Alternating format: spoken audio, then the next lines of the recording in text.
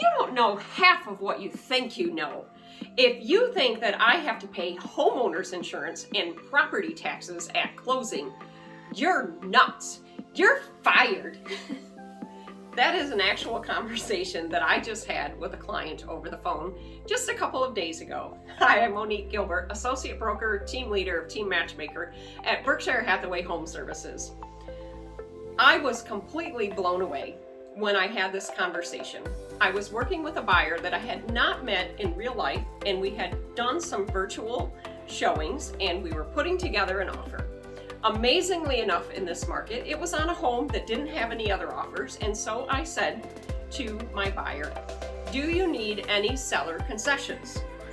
And you need to know that we have to have your down payment and your closing costs and your prepaids. And so I need to know so we know how to put together this offer. She had not heard the term prepaids, and so I started explaining the different types of fees that are going to be found on your closing statement on closing day. And all of a sudden, she went into a frenzy because she hadn't heard any of this information, and she literally thought that I was nuts. So I decided that I was going to whip up a quick video to let people know what these different terms are and what they mean.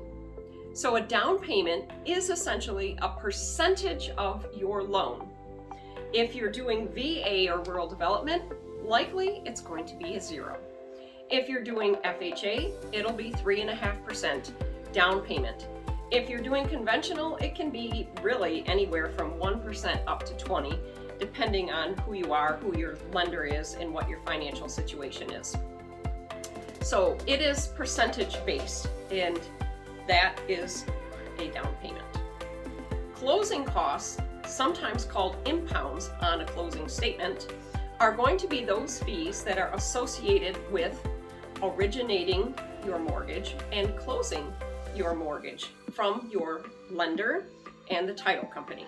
I'm going to throw up a sheet here so you can see what I'm talking about. And not throw it up, but throw it up.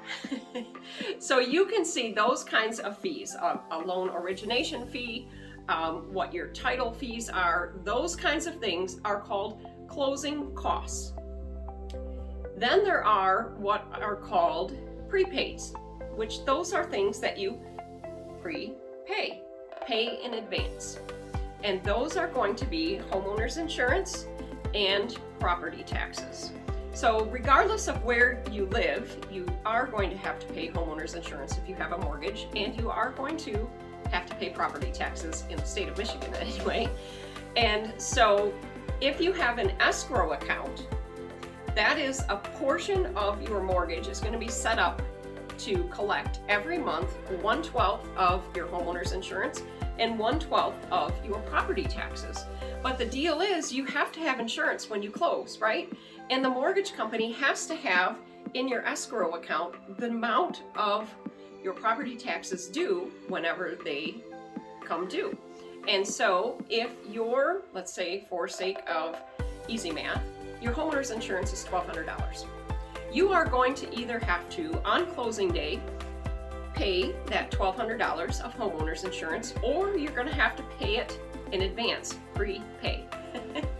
And that way, your homeowner's insurance policy is in effect when you close, and then every month after that, $100 of your payment is being collected for your homeowner's insurance. So voila, next year when it comes due, your lender can pay that on your behalf. What about property taxes? Well, you'll either have received a credit or a debit, depending on if the township you're purchasing in prorates in it or collects taxes in advance or arrears. But aside from that, you're going to have enough in your account to pay it on the next due date. So let's say you're closing in April. The next tax payment is due in August. Well, 1/12 of each of your payment from April until August is not going to have enough funds in it for your lender to pay it. And trust me, they aren't going to pay it if they haven't collected it from you yet. And so you are going to have to have in your account when you close enough to pay that August tax bill. And then once you start getting your mortgage payments, they're also going to have built into your escrow account 1/12 of your property taxes.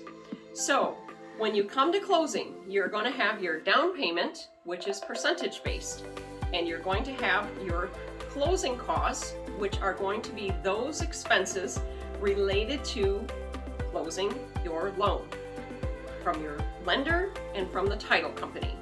And then you're going to have your prepaids, which are those things that you prepay, like homeowners insurance and property taxes. So there's enough in your escrow account to pay your bills when they come due in the future.